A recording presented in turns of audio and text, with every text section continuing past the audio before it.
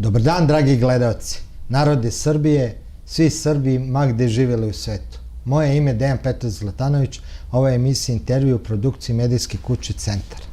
Današnji naš gost je doktor ekonomskih nauka Predrag Mitrović, član predsjedništva Dveri, jedan od najperspektivnijih ekonomskih stručnjaka u Srbiji, stalni sudski veštak pri Višem sudu za ekonomska pitanja. Do sutra bi mogu da vam nabrajam vaše funkcije, odnosno titule i sve ostalo. Drago mi je što ste došli. Hvala na pozivu, Dejane. Ništa, gospodine Mitroviću, da vam postavim odmah na početku jedno pitanje koje mene lično zanima. Ovih dana je dogovor, bio neki uspostavljen dogovor između MMF-a i Srbije, vlade Srbije. Ana Brnabić je sve srećno javila kako premijer Srbije, kako smo povoljan sporazum potpisali s MMF-om.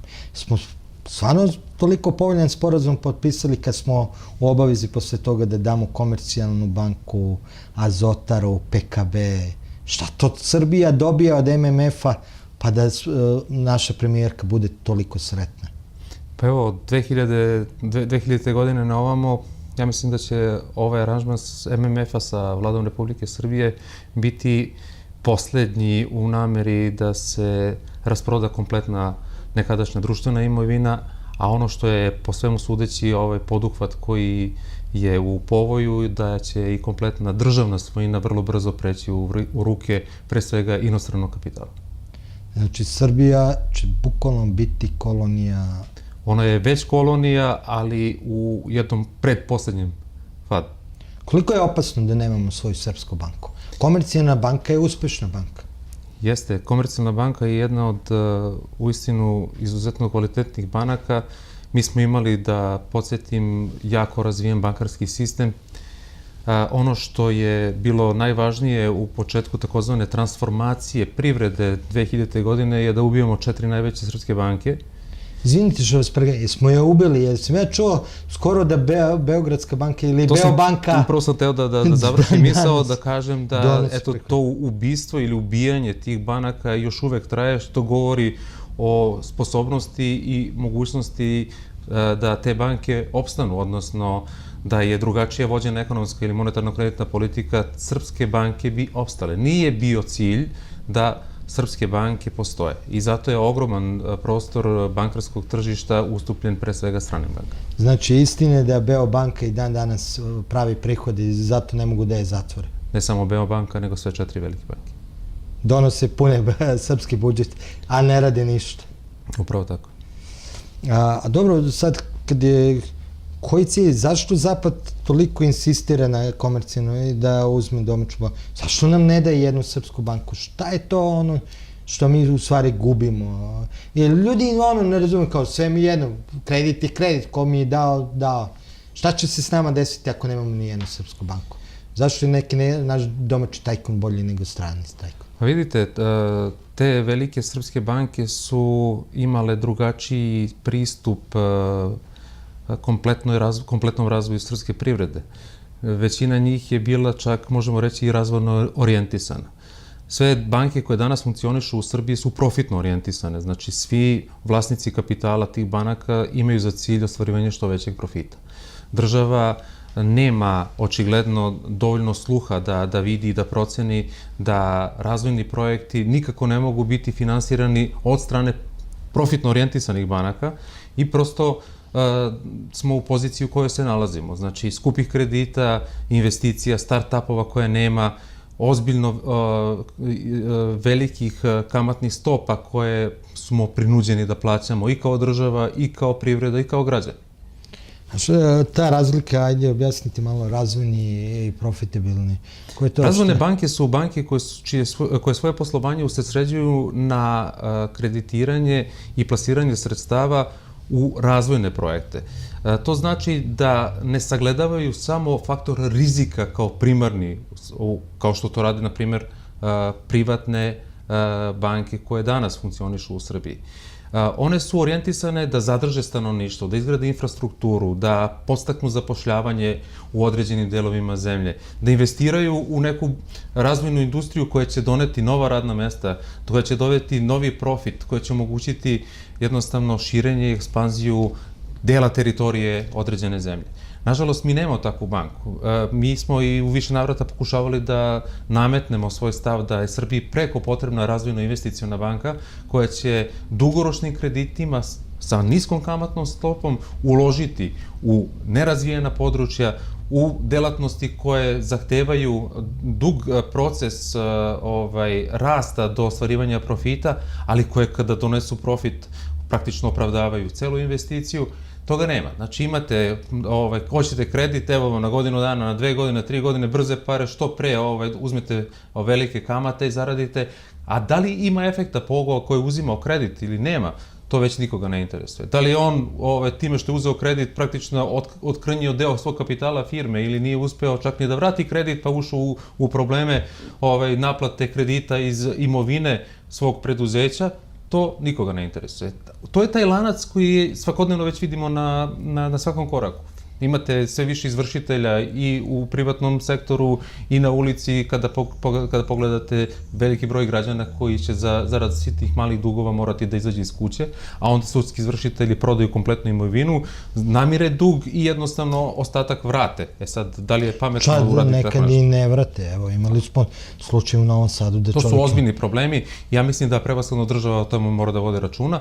Nažalost, primarni zadatak Narodne banke je u tom segmentu vezan za održavanje finansijske stabilnosti nacionalne privrede i za razvoj bitan, ali očigledno da Narodna banka, to jest njen guverner, očigledno ne obavljaju posao kako treba. Vas su često i u medijima pisali o vama kao jednom od najperspektivnijih stručnjaka ekonomskih.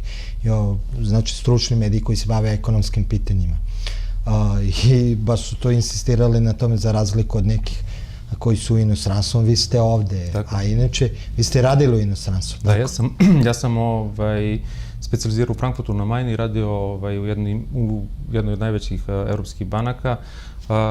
Radio sam kreditne linije koje su praktično ovde jako poznate i koje su trebale da donesu neki preporod ove zemlji.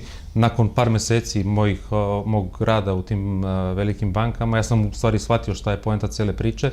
I to što sam tada 2002. godine napisao, to se u stvari obistinilo i to je ono što očigledno ne mogu da nametnem kao princip ljudima koji se bave ovim poslom, da shvate da je to jedna ozbiljna igra, bukvalno gde se svaka figura zna i gde se nalazi i kako se kreće i par poteza unapred možemo da predvidimo.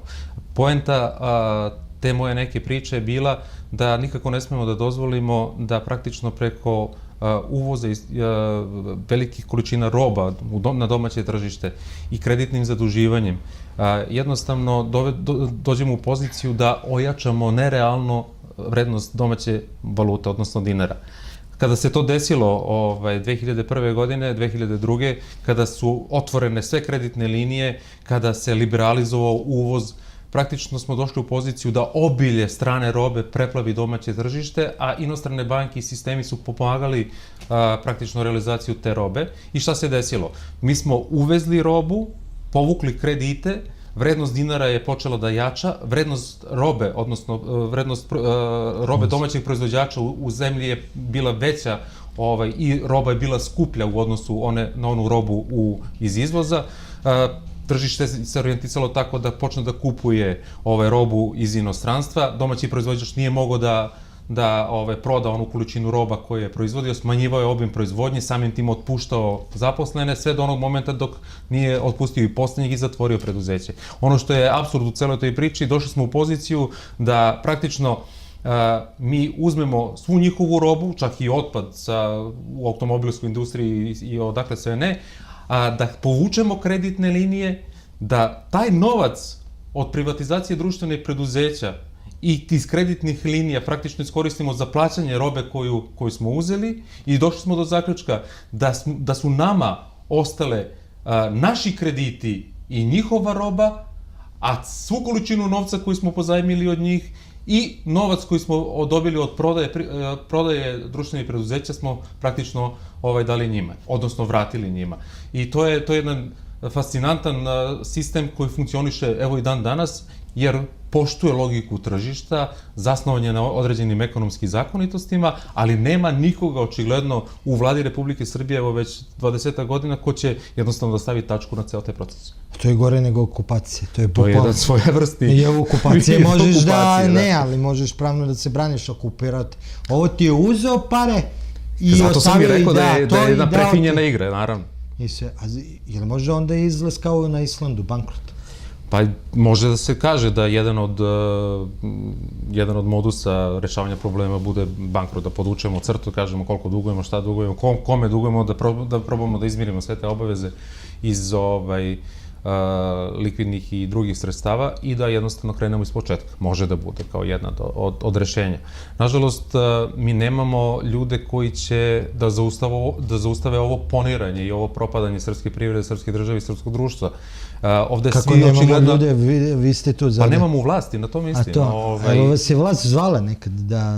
Pa da budem iskren, bio sam na pragu izbora za predsjednika Saveta guvernera Narodne banke i pošto sam mnogo pričao na sednici Odbora za financije Skupštine Srbije, tada kada je trebalo, naučnu i stručnu javnost oduševio, ali nisam oduševio političare koji su trebali da glasaju za, tako da izabram kandidat Srpske napredne stranke.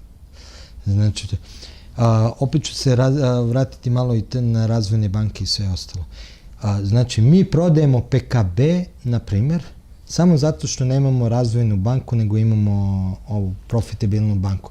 Jel mislite, govorim to velike sisteme, posle izabor, da imamo razvojnu banku, mi bismo znači mogli da podignemo našu privredu bez problema, a da se ne zadužujemo u inostranstvu. Između ostalog, Razvojna banka je samo jedan od mehanizama monetarno-kreditne politike. Suštinski, vođenje same ekonomske politike zahteva viziju, zahteva strategiju nastupa, da vidimo šta mi to hoćemo od ove zemlje, kako želimo da ta zemlja izgleda za 5, za 10 godina, za 30 godina, šta to mi ostavljamo generacijama koje dolaze. Toga nema. Mi rešavamo probleme od danas do sutra. Mi praktično razmišljamo kako ćemo da odradimo određeni procenat i da neko iz vlasti dobije određeni procenat za obavljanje tog posla, što je fascinantno, da ne kažemo čak poražavajuće.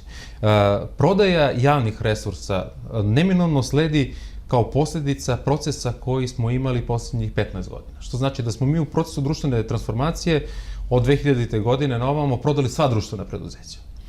I sad smo u fazi da praktično kada smo ta novčana sredstva koje smo dobili od prodaje pokušali da iskoristimo za razvoj, nametnut nam je model finansiranja stranih investitora donacijama, odnosno subvencijama na razne načine i došli smo u poziciju da taj novac koji su oni dobijali oni troše na jedan čudan način, a ja sam pisao na tu temu, šta više u par navrata sam imao ozbiljnih problema jer su me čak i strani investitori tužili. Nažalost sam bio u pravu, Washingtonski Global Financial Integrity je potvrdio sve moje navode, to je najznačajnija finansijska institucija koja se bavi pranjem novca u svetu. I konstatovala je da je tačno dr. Predrag Mitrović, finansijski stručnjak iz Srbije, izneo podatak za Srbiju da je u periodu od 2000. godine do 2015. godine iz Srbije nelegalno isisano 51 milijarda 708 miliona dolara ili 50 milijardi evra. Znači, mi nismo pronašli mehanizam kako se zaštitimo. Ekonomija je kao kad analizirate ljudski organizam na kraju krajeva.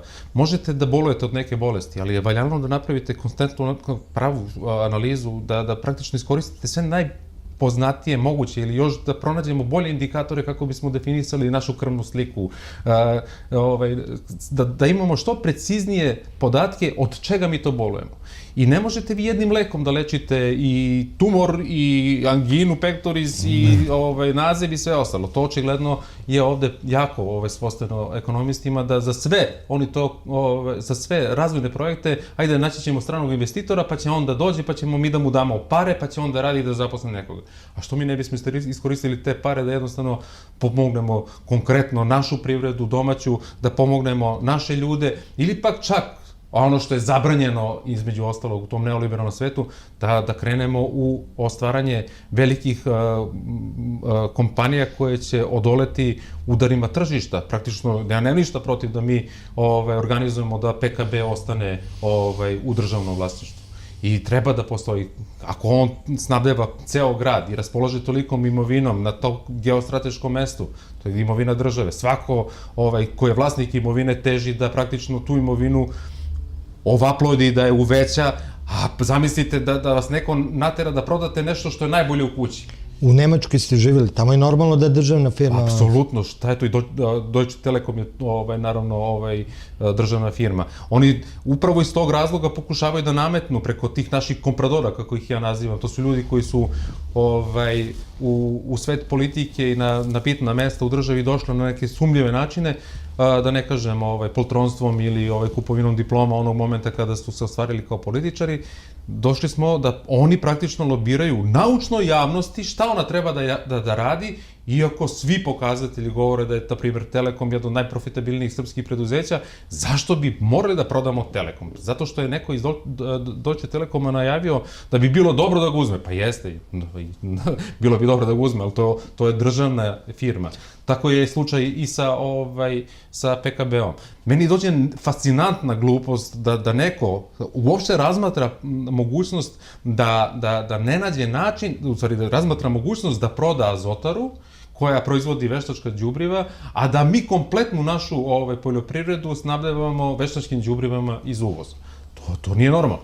Znači, mi trebamo da radimo suprotno. Mi trebamo da pokušamo da sve što možemo da proizvedemo u zemlju, da iskoristimo sve resurse i intelektualne kapacitete koji su nam preostali iz društvene imovine bivše Srbije i Jugoslavije, iskoristimo da zaposlimo naše ljude i da krenemo sa proizvodnjom roba koje ovde mi koristimo. Ne možemo da tražimo naftu u ne znam kojoj količini jer je nema, ali sve što možemo trebamo da radimo ovde. To je najkraći mogući recept za opstanak ove države i ojačanje privrede i razvoj, a sa druge strane i blagostanje stanovništva.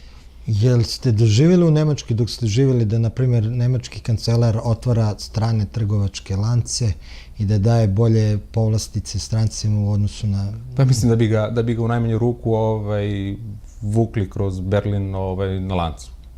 Ali on se, naš predsjednik se ugledao na Nemce, znači to nije nemački nego balkanski, nazovimo manje, da se Lidlu, da se prisustvuje otvaranju Lidla i Ikea i da se govori kako je to dobro. A da istovremeno se srpskom trgovačkom lancu ne da ništa. Pa evo, to je ono što smo u više navrata pričali, sad je da smo govorili na temu i činjenice da donošenjem novog zakona o trgovini praktično zabranjena kupovina, odnosno promovisanje akcije kupuj domaće. Znači, ja u Srbiji ne mogu da kažem kupuj domaće. Ne. Kupujte domaće, nemojte da kupujete strano, a ako me neko sudi, ići ću, ja ću da ga sudim za izdaju iz države, tužit ću. To je bezobrazluk, samo to je razlog da se ova vlast smeje. Dovoljan uslov. Ne, znači ja ne mogu da kažem kupujte domaće i sve ostalo. To je protiv zakona. Zakon o trgovini koji je donet prošle godine kaže da nema favorizovanja ili diskriminacije na tržištu. Što znači da ne možete favorizovati domaće proizvođače. Znači, utakmica je jednaka za sve. Pa u tome je i cilj nametanja... Izvini, ne znam kako je u Nemačkoj. Ja znam u Švajcarskoj, meni je prijatelj. Samo, izvinite što vas prekidam. Prijatelj mi skoro priča u Švajcarskoj. Ne da je, tamo postoji promocija kupovanja domaće. Nego kaže, kada uđete u prodavnicu u Švajcarskoj, na najboljim mestima i samo švajcarski proizvodi koji su 20-30% skuplji. Kaže, ako hoćete Coca-Colu da kupujete, vi morate da jurite po uglovima radnje, a duplika švajcarski Coca-Cola ili tako nešto. Mislio se na gazirano piće odmah. Kaže, u obdaništima ih uče zašto su proizvodi švajcarski 20 puta skuplji, ali zašto su jeftiniji kada kupite, jer vraćate tako državi, ne izvlačite novac. Upravo tako. Poenta cele priče, a to moraju naši ljudi da shvate, kada kupite robu domaćeg proizvođača, vi ste praktično nagradili rad tog domaćeg proizvođača. Te ljude koji su se angažovali da neki proizvod naprave. Taj novac ide njima. Taj novac i deo u strukturi cene ide državi za plaćanje poreza. Kada kupite inostranu robu, nagrađujete rad inostranog proizvođača, negde u Kini, nekog imaginarnog čoveka, nebitno nekog, ali pomažete praktično i drugu državu. Jer suštinski, taj novac koji treba da ostane kao kruna i da se uveća nekog procesa proizvodnje, on se gubi i on trajno odlazi iz zemlje. Jer mi očigledno, kao što sam malo pre rekao, nismo shvatili da smo kompletno društvena preduzeća i sva kreditna zaduženja koje smo vukli potrošili da bismo platili njihovu robu. Njama su ostajali naši dugovi i njihova roba, a mi smo sve vreme razvijali njihovu industriju. Znači, mi nismo shvatili šta se u stvari dešava. I poenta je u tome da jednostavno treba narod da shvati, kupujte domaće. Jer kupovinom domaće robe nagrađujete rad domaćeg proizvođača koji iz akumulacije praktično investira, odnosno štedi i investira u razvoj ove zemlje. Nema akumulacije ako taj novac izađe iz zemlje. Da, strašno. A da vas pitam, a kakve su međunarodna pravila kad je u pitanju, na primjer, neke privatne firme ili korporacija, kad pravi sa državom ugovor neki, jel su ti ugovori javni ili, pošto nije... Ne, pitam vas evo za Bor, ja jurim sad u Boru, firma jedna Nevsun tvrdi da ima rudno bogatstvo i za 100 milijardi dolara vrednosti. Srbija će dobiti možda 5%, 5 milijardi. Evo, juče nam je stručnjak, čovjek koji je 40 godina radi u Boru, to potvrdio. Ne možemo da dođemo do tog ugovora. Nećete ni doći, ja se iskreno nadam da jednog dana... Je li to normalno na zapadu da... Ja razumijem, evo, na primjer, mi smo privatnici, pa da bude to neka, da ne mora javnost da vidi, treće. Ali je li moguće na zapadu da isto tako, da imate ugovor... Ukoliko država potpisuje ugovor u ime građana Republike Srbije, onda bi svakako bilo logično da taj ugovor bude dostupan javnosti, pod jedan. Pod dva, o njemu, ako je značajan, možda bi čak trebalo da se povede i razmatranje stručne javnosti po određenim pitanjima. Ja ću odgovoriti samo jednim logičnim pitanjem. Ako celokupna svetska industrija automobilizma kao jedna od najpropulzivnijih delatnosti sada pronalazi modus da pređe na alternativne izvore energije, pa se prelazi na, primjera radi, hibride ili pak na elektromotore koje pokreće litijum-jonska baterija. Da li bi igde u svetu, iko normalan, prodao najveće nalazište litijuma na svetu i dao ga na korišćenje nekom drugom? Niko. Znači, ovo je zločin i ekonomski genocid nad državom Srbijom od 2000. do danas, koji se permanentno po uputstvima koje nameću strani vlastodržci, promoteri i svi drugi, ljudima u vlasti koji to odrađuju za određeni procenat, dovodi državu Srbiju i njene građane u besperspektivnost, i ne samo njih, nego sve generacije koje treba da posle nas da dođe. Mislite Rio Tinto što treba da u Jadru, na zapadu Srbije da... Tako je. Između ostalog. Još jedan bitan detalj, samo da ti kažem, to je vrlo interesantno, samo da spomenem. Primjera radi, u Republici Srbiji za rudnik Lece kod Medveđe i za Bor, zasigurno znam da u pojedinim situacijama se najveće količine rude koje se iskopaju ne tope u Srbiji, nego se tope van zemlje. Primjer radi, tope se u Bugarskoj, pa u Poljskoj, pa se tope u Brazilu. Mislite da vi oterate tonu kamenja do Brazila? Šta biste vi morali da izvučete iz te tone kamenja? Na carinskoj deklaraciji kaže ima 3 grama zlata u toni rude, a realno ima 35 do 350 grama zlata. Ljudi moji, tolika pljačka, toliko nekontrolisanje od strane javnih institucija koje bi bile u obavezi da čuvaju resurse Srbije je na delu decenijama unazad. Znači, basoslovno bogatstvo su stekli ljudi koji su pre svega u tom kriminalnom miljeu bili povezani ili su pak bili na čelu političkih stranaka ili uslovljavali određene političare da rade za njih, da mi uopšte nismo svesni koliko je para izneto iz ove zemlje i koliko je ova zemlja opustošena. Ova zemlja je prebogata jer funkcioniše i dalje posle svih ovih ovolikih pljački. I dokle će ovo da traje, to je znak pitanja. Znači, da li tome ima kraja? Kraj ja vidim samo u promeni vlasti i zauzimanju stava da neko mora da štiti domaće interese, pre svega ekonomske, iz ekonomskih interesa i sve druge. da ojača srpsku privredu, da zadrži stanovništvo, da radi na povećanju nataliteta. Mi dobijamo informacije, vlada sprovodi ove ili one odredbe za povećanje nataliteta. Pa on će da daje određene pare. Zašto će te pare da odu? To je znak pitanja. Ne možete vi nametati da neko rodi dete. Praktično dođete u poziciju da očekujete povećanje nataliteta onog momenta kada se za to steknu uslovi. A uslovi se stiču tako što će bar jedan član porodice da počne da radi, da stvori makar neku finansijsku sigurnost porodici u periodu koji dolazi. Znači da ga praktično time motivišete da povećava natalitet, a ne da mu date pare da bi dobio dete. To nigde u svetu ne funkcioniše na taj način. Primjer radi, jako je veliki novac otišao, ja sam to takođe analizirao i to objavljivao gde god sam uspeo da me neko čuje. Čak sam imao i konferenciju za novinare u Skupštini Republike Srbije, pa je izazvala ozbiljne reakcije unutar vladajuće strukture, gde sam izneo podatke vezane za korišćenje finansijskih sredstava za ulaganje u razvoj. Pa kaže otprilike ovako, u periodu od 2002. do 2009. Od 2009. godine do 2012. izvinjam se, 9,8 milijardi evra je potrošeno od strane vlade Republike Srbije za povećanje privredne aktivnosti, povećanje zaposlenosti, povećanje konkurentnosti srpske privrede. Efekat toga je bio smanjenje konkurentnosti srpske privrede, povećanje nezaposlenosti i smanjenje privredne aktivnosti. To je Vučićev period, izvinjam se, Tadićev period.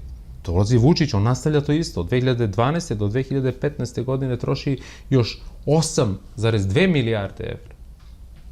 Na isti način. Ta sredstva o kojima govorim su sredstva budžeta Republike Srbije, budžeta autonomne pokrajine Vojvodina, budžeta lokalnih samouprava, kreditnih zaduženja kojima je finansiran razvoj, donacija od strane donatora iz sveta. Dakle, mi smo u periodu od samo 2012. do 2015. godine potrošili 17 milijardi evra. Ako tome dodamo onih 50 milijardi evra, dođemo u poziciju da mi kažemo, ljudi, smo mi normalni, šta se nama dešava? Koliko smo mi zaduženi? Koliko smo zaduženi? Trenutno, koliko ja raspolažem predsjednim podacima, treba da država duguje negde oko 26 milijardi evra, a privreda i stanovništvo još toliko. Znači oko 50 milijardi evra. Smo dužni, eto, to su te pare. No nisu to sad te pare, nego polijent imovine koja je prodata. Ne, one 50 što govorite iznete iz zemlje. Koliko je napunjenih džepova, ljudi koji su politički angažovani, koji su i dalje u vlasti. Strašno. Sad malo da se vratimo, da pokrenemo i drugu temu. Vi dolazite sa juga Srbije, iz Leskovca. Da. Sad je to aktuelna priča koliko kupuju Albanci, nazovimo, stanove po Vranju, Leskovcu i Nišu. Ja koliko znam u Vranju, to je lažirana priča. Po selima bilo stalo, da to neko pumpo, bilo je pa je stalo. Hvala Bogu, neki Albanci su dobili, što se kaže, nešto, pa su se vratili, jer su shvatili da je Vranje ipak posljednji srpski grad gde Albanci ne žive. Vučiću, prošetaj se Vranjem i vidjet ćeš da i nijedan Albanac ne postoji tamo. Može da prođe kroz gradom, ali ne može da živi. Mislim, to je tako de facto stanje. Ali govorimo o Preševu, Bujanovcu, Medveđu, onoj priči da se to Trump i naši za naše, što bi ja rekao. Što govori vlast kao sever Kosova za... Evo i Tači pominje. Prvi put zanimljivo je da pominje o takvoj korekciji granica. Nažalost, navršit će se možda gotovo 4 godine. Kako sam počeo da u kontinuitetu pišem na tu temu i upozoravao srpsku javnost da se Kosovo i pitanje Kosova i Metohije u periodu koji dolazi jednostavno rešavat će se i nametati kroz formu uključivanja ove 3 pomenute opštine juga Srbije u kompleksno celo to pitanje. U više navrata sam čak pokušavao da lično učestvujem u nekim raspravama, pa sam sticajem okolnosti dočekao predsjednika Nišanija u Bujanovcu. Naravno, nisam bio u prilici da s njim razgovaram, jer mi nije omogućeno, a i uistinu sam hteo da mu poručim tada da je, kako je on tada komentarisao, došao je da poseti Albance koji žive loše na jugu Srbije. Albanskog predsjednika, mislim. Da, albanskog predsjednika.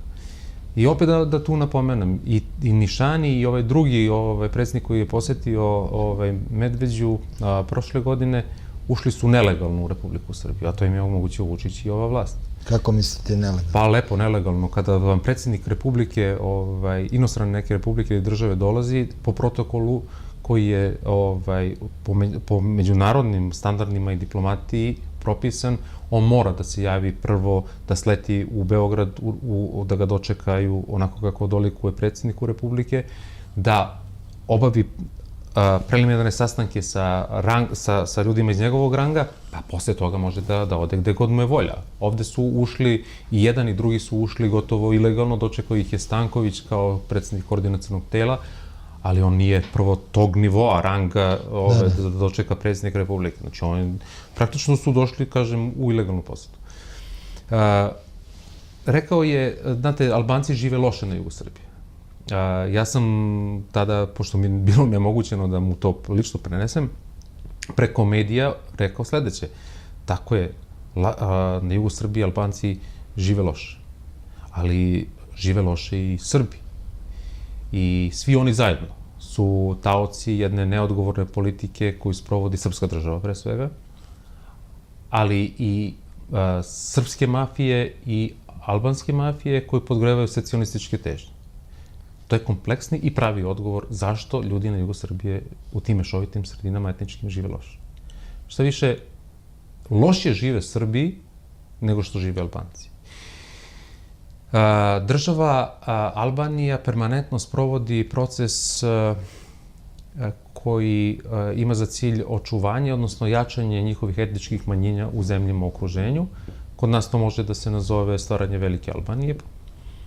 I ono što je jako važno, ja ću da pomenem da je danas izvesni Radelj Majko, ministar za dijasporu u vladi Republike Albanije, napomenuo da je Edi Rama doneo ukaz kojim se od 1. januara 2019. godine briše granica između Albanije i Kosova.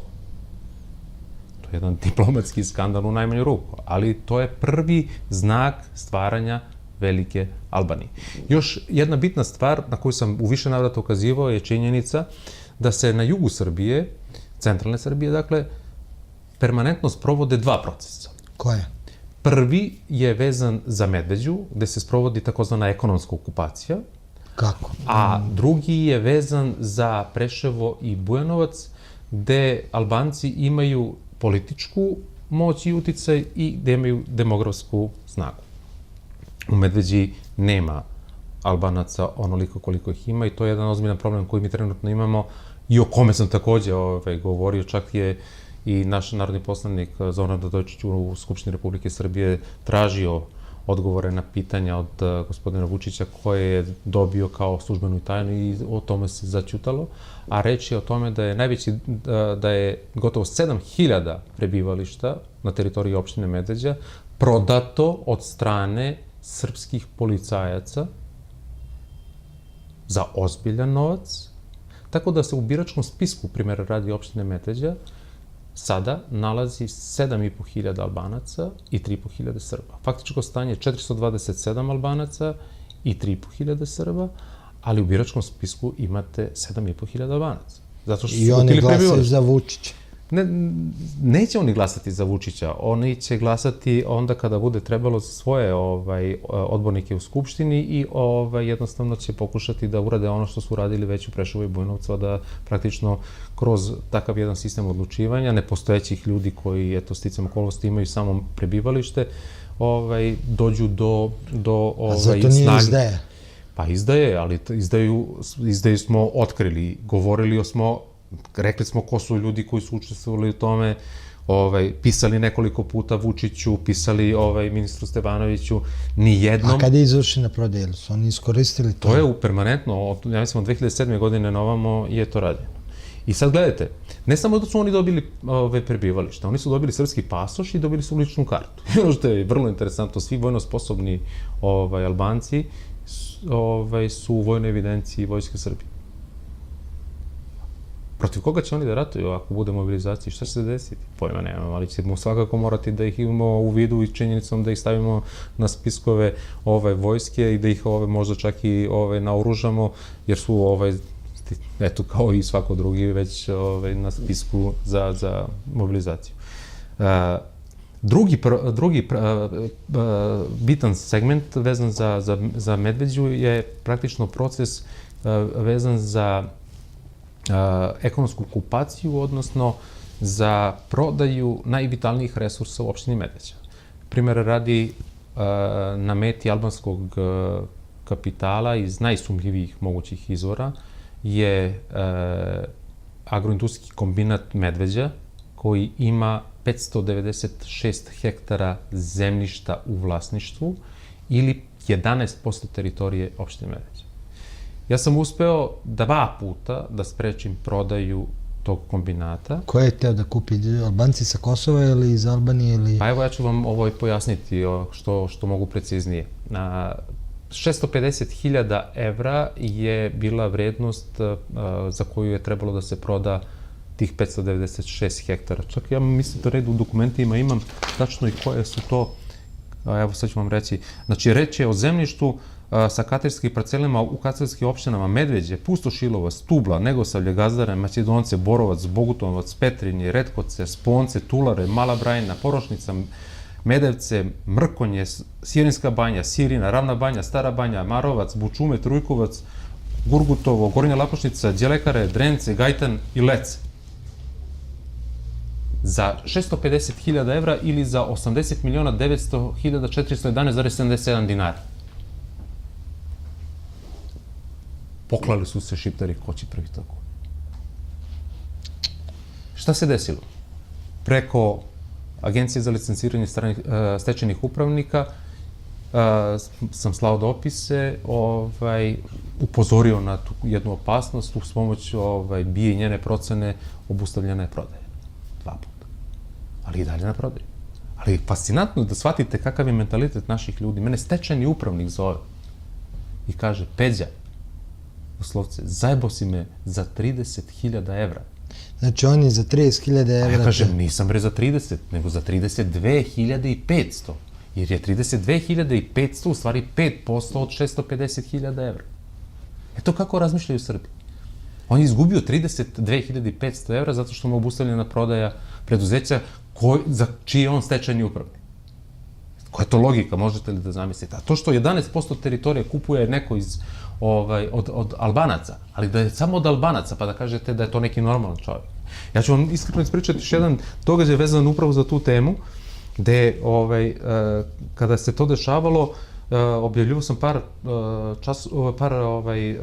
tekstova na temu Ološ iz Vlade Republike rasprodaje sve. I tu sam spomenuo izvesnog Muharema Saljihua, za koga sam tada napisao i dalje tvrdim da je jedan od ljudi koji sprovodi ekonomsku okupaciju u opštini Medveđa. I to je čovek koji novac iz Lazareta, to je jedna opština u Albaniji, slična Trnovcu, samo je Trnovac na Trnovac, odakle se najveći deo opijata i narkotika šalje za Evropu i najveća finansijska sredstva su tu akumulirana, pa se jedan deo novčanih sredstava dolazi do Venecije, tamo gde on drži neke restorane, i odatle jedan deo ide direktno za kupovinu nepokretnosti na jugu Srbije, pre svega u opštini Medveđa, a jedan deo, zamislite, ulazi u novčane fondove Evropske unije, preko takozvanog fonda za razvoj turizma na Balkanu, koga plasira Privredna komora Srbije i preko Privredne komore Srbije legalno ulazi u zemlju. Šta se dešava dalje? Taj je našao za slobodu, kada je on to, sve što sam ja sada izgovorio i čitao, da pošalje svog glasnika i da mi na kućnu adresu, donese svoju vizit kartu. Ja imam tu torbu, mogu čak i da ti pokažem. I rekao je, sve što mi bude trebalo, on će da mi pomogne, sve što sam rekao sam bio u pravu, ako nešto tu treba da vidimo da se, da ga ne prozivam toliko i tako da. Ja izvedim moju vizit kartu i kažem ovome, rekao, evo ti sad podaci, pošto čovjek kurtozno poslao vizit kartu, pošalje na moju, i kažem, evo ti, pa mu pošalji, samo ga zamoli da ga nikad u životu ne sretnim, jer ne mogu da mu obećam kako će da prođe. Da završim tu priču, znači, to je ta prva tačka uporišta odbrane sada opštine Medveđa, a to je agroindustrijski kombinat Leskovac u Medveđi, sa tom zemljom kojom raspolože, rudnik Lece i Sjelinska banja. To su ta tri najvažnija, ekonomska. I sve pare koje Albanci pokušaju da sakupe upravo su vezane za kupovinu tih resursa.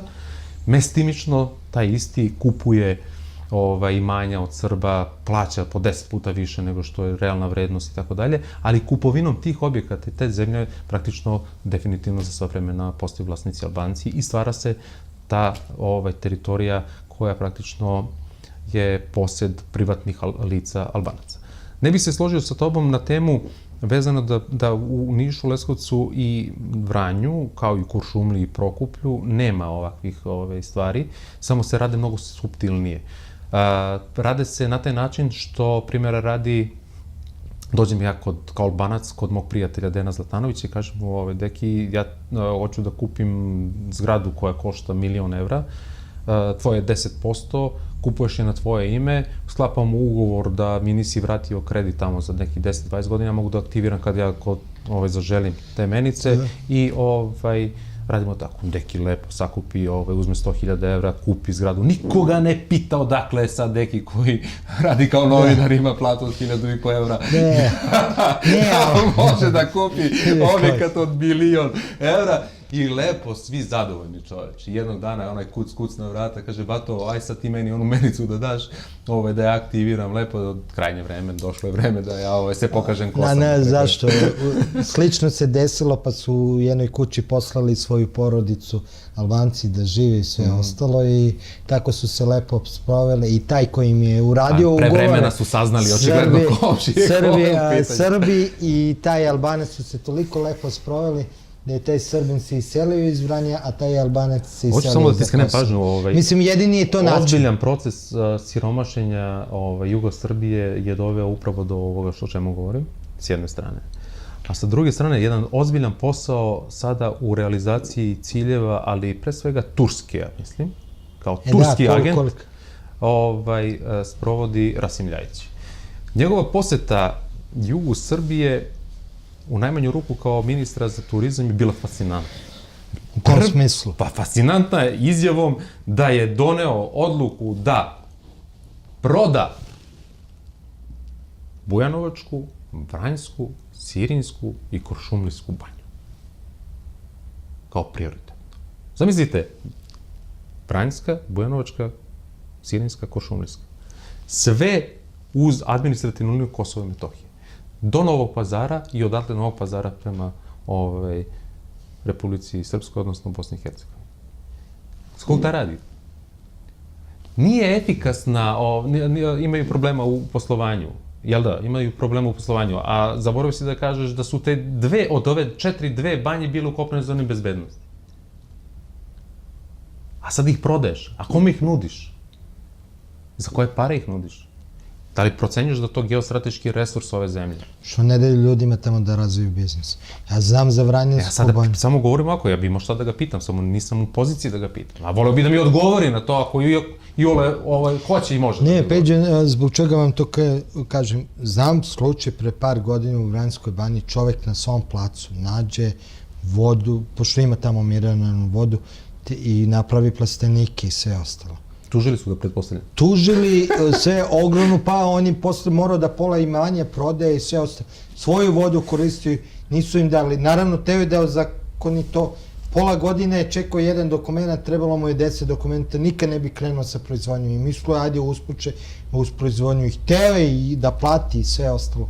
Nisu mu dali da pravi novac. Imao je tržište, imao je sve, Znači, eto, samo dajte ljudi Srbima da bave se u Srbiji proizvodnjom, pustite ih. Pa ne može svako da se bavi neki proizvodnjom u Srbiji, zna se ko može da se bavi... Zbog čega?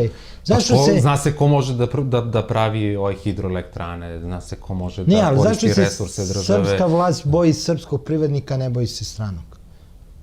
Pa zato što su im stranci ušli su nam u Matrix, ako si to uspeo da razumeš. Oni su shvatili da Srbinu, koji je posle 20 godina života pod sankcijama, ratovom opterećen i tako dalje, koji nema perspektivu nikako, najlakše ga pridobiti time što ćeš da mu daš 100 evra. A zamisli određen procenat od posla. Zamisli 30.000 evra da ti neko odponude. To je taj posao. Znači ti možeš da prodaš koga god hoćeš. Pa ljudi u vladi Republike Srbije se ponašaju kao da su stečeni upravnici ove zemlje. Svako iz svog resora.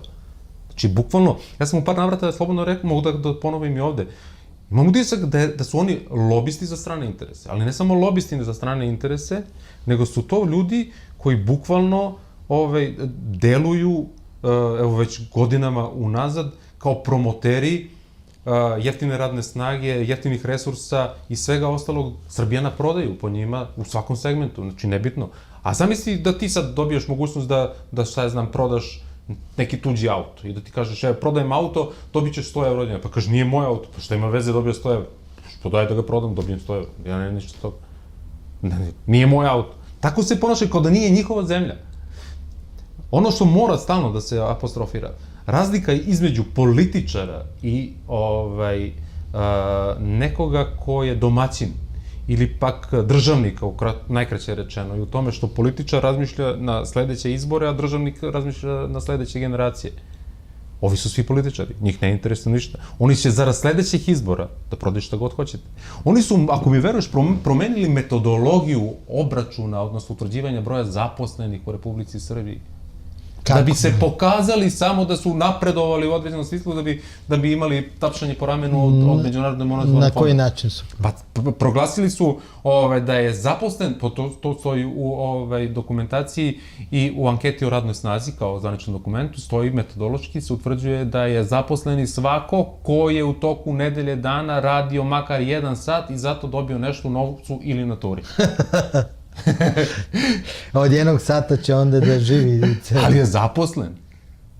Vidite dokle ide ta ludost. Praktično pravi još jedan problem naučnicima, jer ne mogu metodološki da realno prati i upoređuju podatke. Znači, mi smo imali...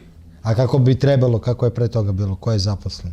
Pa tačno se zna ko je zaposlen, ko je prijavljen, ko je prijavljen u punom radnom... Čisto gledalcima da objasnim. Pa naravno, 40 sati nedelja, toliko i toliko radni sati, toliko je procent. Ko može sebe da prehrani od svog rada? Pa, ali taj koji radi po Vučićevoj metodologiji... A može, ako je trange frange. Može da dobije jedan sendvič ako je još u stranci. Nije, ili ako je trange frange posao privlasno. Ljudi, mi živimo u takvim lažima, mi živimo u takvom imaginarnom svetu, u reality show, znači ova je Srbija postala pravi reality. I što objektivnije sagledavate stvari i što se više trudite da budete korektni, da ne vređate nikoga, da iznosite činjenice, da praktično upućujete javnost na istinu, vi dođete u poziciju da od iste javnosti preko medija, odnosno vlasti, dođete da vas proglasi za državnog neprijatelja. Kad smo kod realitija, sad bi još južnije da odemo do Kosova, čiji su dugovi Kosova? Da li mi plaćamo? Plaćamo. Republika Srbija i dan danas vraća kredite po plasmanima koji su bili vezani za finansiranje privrednog razvoja i kompleksa i razvojnih sistema na Kosovu od 1983. godine do danas. I to su... Znači, ako uzme nešto prištinska vlada, mi možemo da nam stigne račun. Vidite, možda čak u jednom momentu sa pravnog stanovišta nije ni loše. Ne, pitam kako to funkcioniše, meni sad zanima sad šta se tu dešava kad su... Pa nema ništa, nosioci kreditnog zaduženja je praktično država Srbija i ona je tako je, mora da vrati pare. To što neko smatra da Kosovo više nije u Srbiji, to je njegov problem.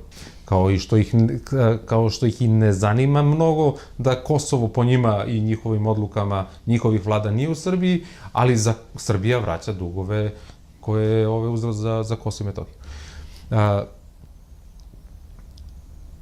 nije to možda loše, znate iz kog razloga? Što bi u jednom momentu imali pred Međunarodnim sudom pravde dovoljno argumenta da branimo stavove vezano za imovinu koja je Republike Srbije na Kosovo i Metohiji. Međutim, svakako, preduslov svih preduslova vezanih za opstanak Kosova i Metohije je da niko ne sme da potpiše nikakav akt koji je u suprotnosti sa rezolucijom 1244 pod 1 i pod 2 bilo na koji način da saglasnost za otuđenje bilo koje imovine ove Republike Srbije zvanično. Rešenje koje smo mi ponudili i pravni tim Srpskog pokreta Dveri uz pohvale akademika Kostača Voškog vezano za predlog rešavanja pitanja Kosova i Metohije je bio taj da smo predložili i Skupštini Republike Srbije podneli zvanično rezoluciju na usvajanje gde Republika Srbija treba da proglasi okupaciju nad teritorijom Kosova i Metohije.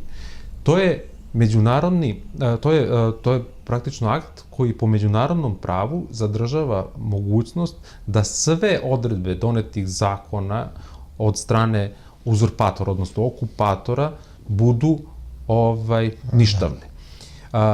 I to je u ovom momentu, do momenta promene geostrateških interesa, jedini način da Republika Srbija po međunarodnom pravu sačuva svu kompletnu imovinu na Kosovu i Metohiji. I rudna bogatstva, i hidroelektrane, i nalazišta lignita, i sve ono što su resursi Kosova i Metohije danas. Međutim, očigledno se nekome žuri, očigledno nekome je u interesu da Kosovo i Metohiju što pre proda, zvanično, zarad ulaska u neku Evropsku uniju, da ne bude rata i tako dalje. Mene fascinira samo jedna ozbiljna stvar u glavama naših ljudi, da jednostavno isfrustrirani i u strahu od rata mogu da prihvate činjenicu da im neko kaže imate male plate, ako imate veće plate, bit će rata. Nemojte da jedete i nemojte da se bunite, ako vam treba više hrane, može da se desi rat. Mislim, s kim mi živimo? Ko su ti ljudi koji plasiraju takve stvari?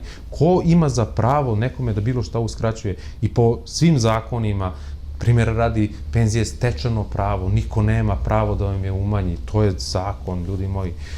Ako se ikada potegne pitanje rešavanja oduzetih penzija, država Srbije će svakako morati da to vrati, a dovodi sebe i generacije koje dolaze u kolaps, jer praktično će država morati da isplati, odnosno penzioni fond da isplati korisnicima sve te umanjene penzije, uvećane za iznos pripadajuće kamate.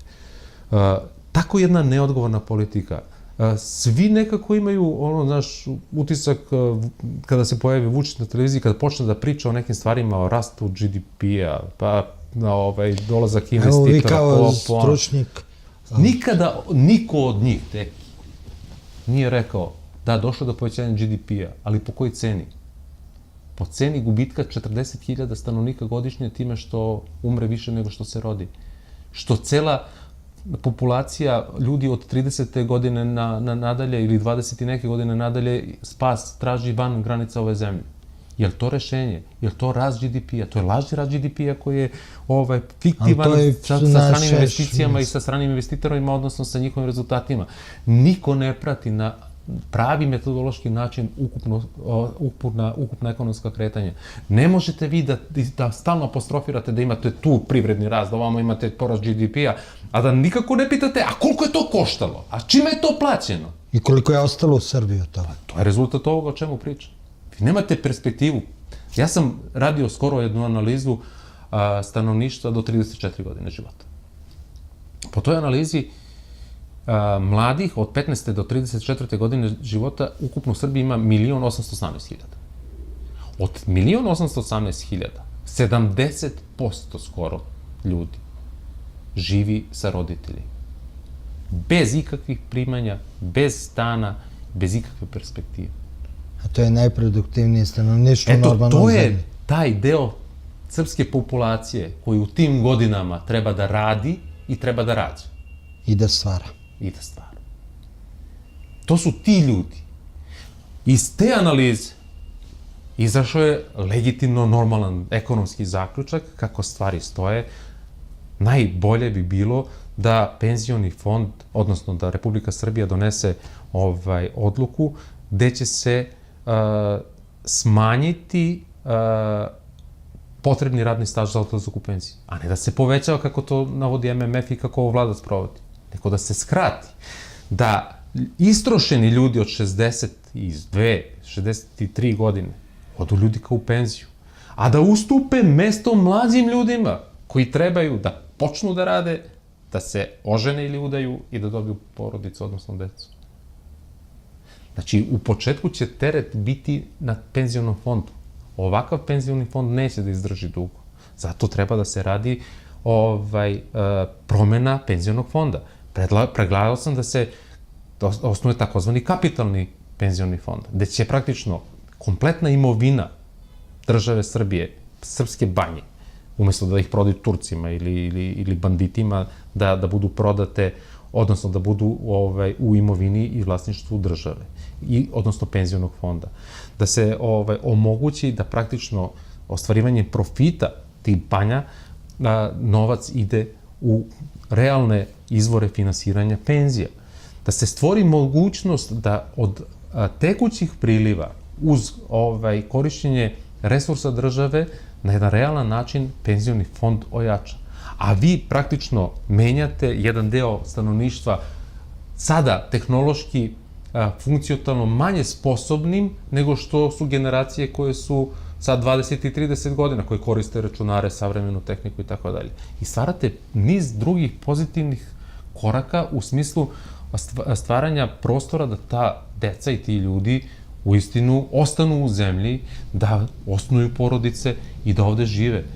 Ovde se polako nameće, verujte mi, jedan utisak da se ništa ne isplati da se radi u ovoj zemlji. Znači, sve do te mere obesmišljeno da se ne isplati da se radi. Da vam primjer Vranjske banje. Ja ću vam navesti niz primjera uz pomoć države, šta više. Evo, ajde uzmemo ove proizvođače paradajsa na kraju krajeva.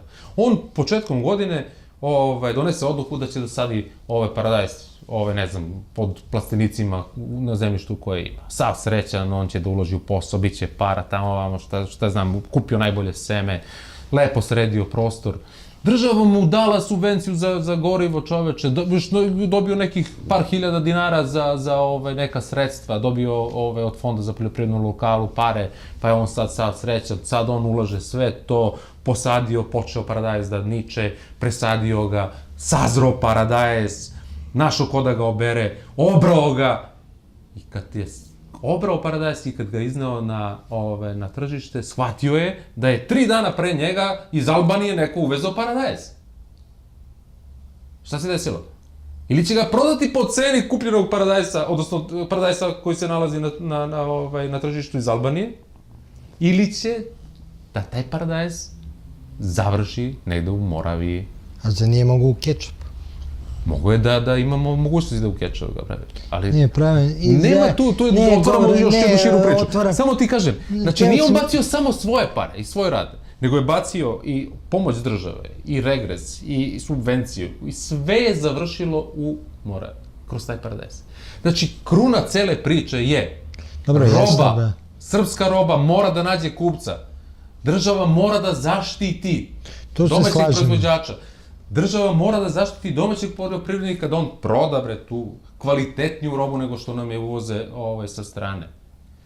Tako će da iskoristi sav potencijal ljudi koji rade, da te subvencije koje daje imaju logiku i da imaju pravu evaluaciju u povećanju zasada, broja ljudi koji se bave poljoprivredom, u povećanju poljoprivredne proizvodnje, kvaliteta. To su sve efekti. Porast GDP-a. Koji bre porast GDP-a, bre, brate, o čemu pričaš? Ti ne znaš o čemu pričaš. Ti zamagljuješ i lupaš da te javnost praktično polupismena ne razumeju tačno. Znaju oni tačno šta pričaju i zašto pričaju. On zna šta priča, građani ne znaju šta priča. To je drugo naravno. A dobro, evo iz vašeg razgovora se vidi da mi u stvari imamo s jedne strane jako staro stanovništvo, s druge strane imamo jeftinu radnu snagu, tako reći, koje ne zna kako da se snađe na tržištu, da nam najbolji kadrovi odlaze iz zemlje i da Pa evo kako gospodin Vučić sad nalazi rešenje tog problema, a to je rešenje problema koje je očigledno Angela Merkel njemu pokazala da postoji, a to je da će po logici stvari rešavati problem nedostatka stanovništva i radne snage time što ćemo da pustimo da jednostavno ljudi iz ovih zonom zahvaćenih ratom sredina, iz Sirije, iz Libije i svi migranti jednostavno nađu utočište u Republici Srbiji. Samo je problem što oni nemaju radnu naviku jednog Nemca. Nego imaju radnu naviku jednog Arapa koji sedi i čeka da mu padne nafta. To jeste tačno, ali sad gledajte koja je to logika nametanja stavova. Ako je Nemačka mogla da primi toliko i toliko ljudi, pa može i Srbija. Nemačka ih je primila možda pre 2 godine. Ali ko su ljudi koji su tamo došli pre 2 godine i koji su primljeni u Evropsku uniju ili u Nemačku? To su ljudi koji su mogli da pobegnu kada je počeo rat. Znači imali su para, imali su kontakte, imali su veze. To su mahom bili ljudi visokog obrazovanja ili iz naučnih instituta ili ljudi koji su mogli i imali sredstava da tamo odu. Znači to je najviši sloj zemalja, ljudi iz tih zemalja ratom zahvaćenih. Ovi koji su kasnije odlazili, to su stvari svi oni koji su bili negde u nekim ratnim sukobima, u nekim stranama, koji su dobijali i gubili rat. To su ljudi koji su od bede jednostavno pokušali da se snađu i nađu bolji život negde bežeći od svoje kuće. Mi primamo upravo taj deo stanovništva. Znači, svesno, kroz takozvani, ja sam ga nazvao genetski inženjering, gde se, ili demografski inženjering, doslovce dolazi do seobe stanovništva. Sad, pojedine zemlje Evropske unije uzimaju kvalitetnije stanovništvo, opet logikom ekonomije i tim stavovima o kojim sam govorio, a ovim zemljama ostalim, pristupnim Evropskoj uniji i tako dalje, primit će i oni, ali koga će primiti? Primit će one koji su bili u tim jedinicama koje su klale, palile, žarile i tako dalje. Primit će najveću bedu.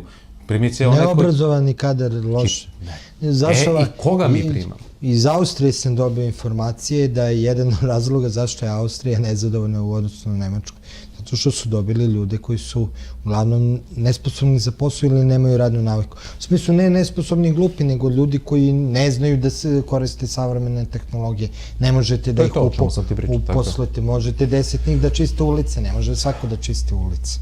Tako da to je razlog zašto je Austrija, naprimer, jako ljuta na Nemačku, da je ovo pokupila krema, njima ostalo da i šta daš. Na kraju teo bi da vas pitam jedno pitanje vezano što muči ljude njih 20.000 koliko ih ima u Srbiji. 22, ako je to 22, Švajcarci, problem sa Švajcarcima. I zašto i jedna Hrvatska mogla da reši i jedna Mađarska, a mi ne možemo da rešimo, jer po meni je stvarno van svake logike da neko plati duplo 100% kredit i da je još isto zadužen kao pre. To je pljačka, to je gore nego da ti mafija bi imala više razumevanja za tako nešto. Upravo na temu koju si sada krenuo, mi smo u par navrata, ja lično davao konkretna rešenja tog problema, nudio ih Jorgovanki Tabaković i pokušavao da je obavestim u najmanju ruku šta je primarni zadatak Narodne banke. Primarni zadatak Narodne banke je vezan za očuvanje finansijske stabilnosti zemlje. To stoji u zakonu o Narodnoj banci, član 3, ja mislim. Finansijska stabilnost zemlje vezuje se za 2 bitna indikatora, TDI i LTDE. To su znači 2 indikatora koji govore o finansijskoj stabilnosti kompletne privrede. Finansijska stabilnost kompletne privrede, ta 2 indikatora, se implicite oslikava i na poslovne banke koje imaju istu metodologiju, način rada, jer mora da se poklapa sa Narodnom bankom. Da bi bilo jasnije gledalcima, jedan od ova 2 indikatora pokazuje učešće iznosa rate kredita u ukupnoj zaradi korisnika kredita, a drugi pokazuje odnos vrednosti nepokretnosti u odnosu na iznos odobrenog kredita. Sećate se, bilo je negde oko 30% otprilike je trebalo da se maksimalno zadrži plata, što znači da je rata kredita trebala da bude 30% od ukupne plate. Da vrednost, po ovom drugom indikatoru, da vrednost nekretnine bude 20% veća nego što je vrednost iznosa kredita koji se odobrava. Sad, opet prihvatajući neke stvari, a to opet niko ne shvata ovde, ja sam to u više navrata govorio kako Evropska unija rešava problem privrednog rasta, nezaposlenosti. Evropska unija je štampala 1100 milijardi evra. 1100 milijardi. Znači, iz primarne emisije 1100 milijardi evra i došlo je do pada kursa vrednosti evra u odnosu na ove valute, što se odradilo na ekstremni rast kursa švajcarskog franka u kome su bili zaduženi naši građani i privreda. I šta se desilo? Poremećena su oba indikatora. Znači, poremećena oba odnosa. Sad je praktično ne 30% zarade rata kredita, nego je cela zarada. Ili čak nedostaje da plati još od cele plate da ima za ratu kredita. Vrednost nekretnina. Nije da je nekretnina vrednija 20% od iznosa kredita, nego je iznos kredita praktično 2 puta veći nego što je vrednost nekretnine.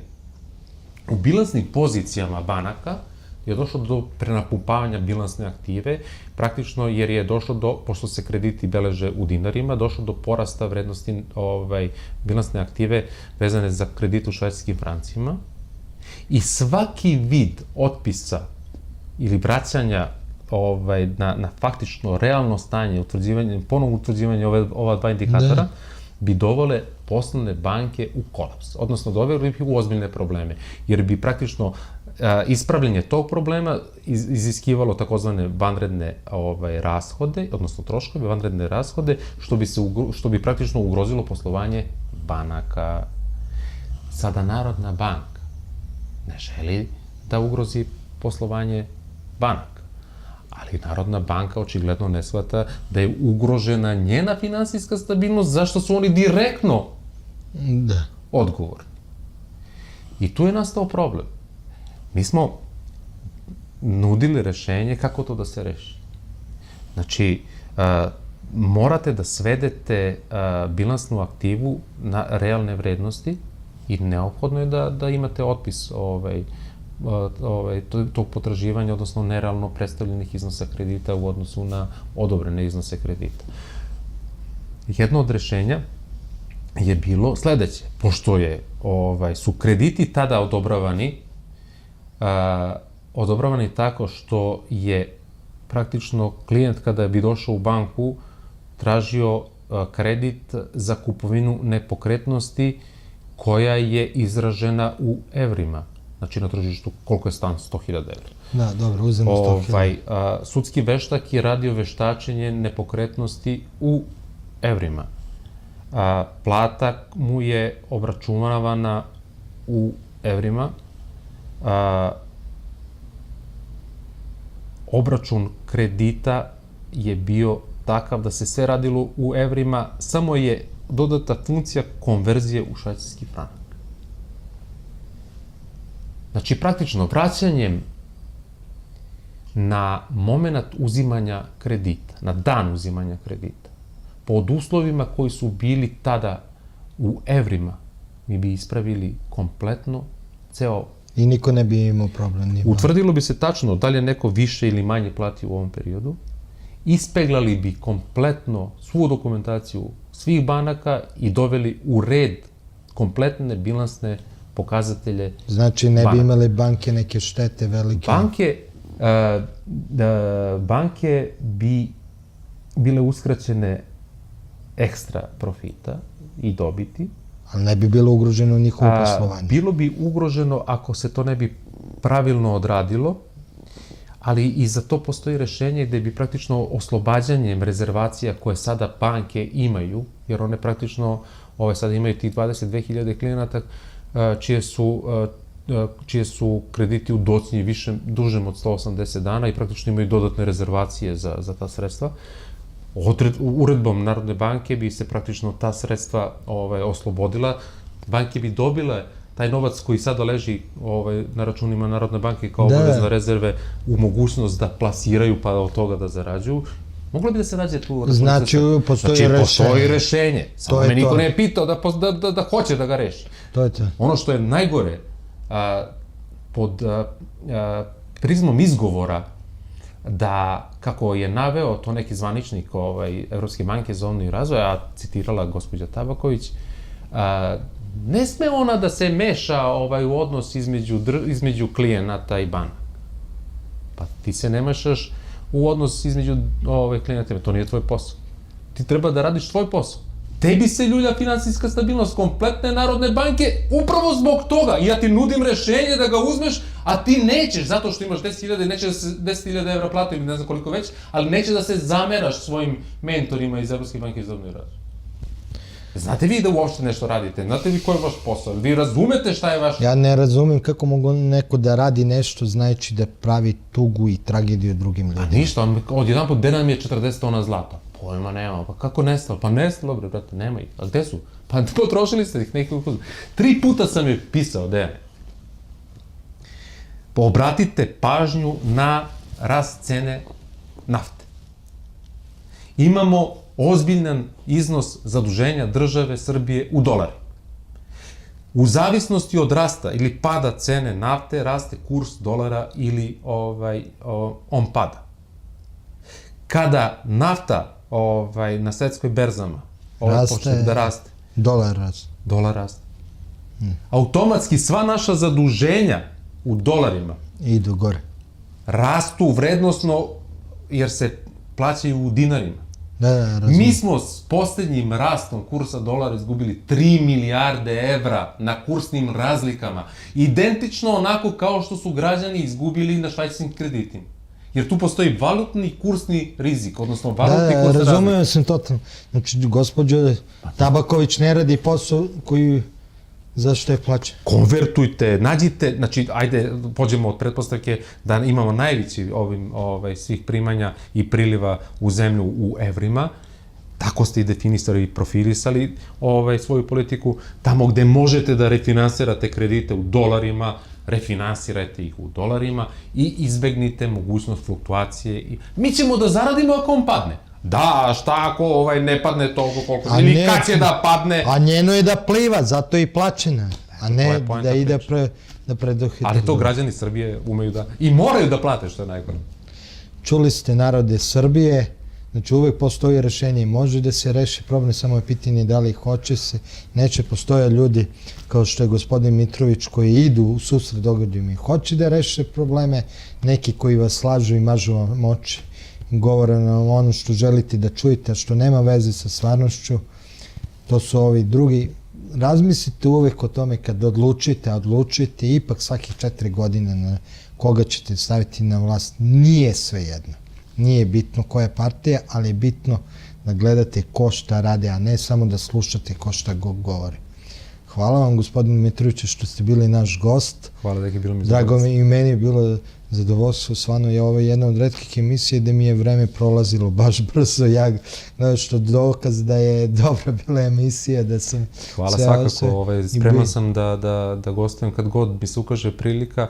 Jako mi je drago da si me pozvao, a mi stvarno imamo mnogo tema koje bi morali da pokrenemo u najmanju ruku kako bi pokušali da sprečimo dalje nestajanje ove zemlje i probleme u kojima se... Sad je letnji raspust, manje su ljudi u gradu, ali od jeseni, najverovatno u septembra, više će biti debatnih emisija, tada ću te pozvati, jer meni je i cilj pre svega kroz debatu da dođemo do rešenja, a intervju je dobar način da upozna publika, naš gost. Vidjet ćemo se drugi put. Hvala.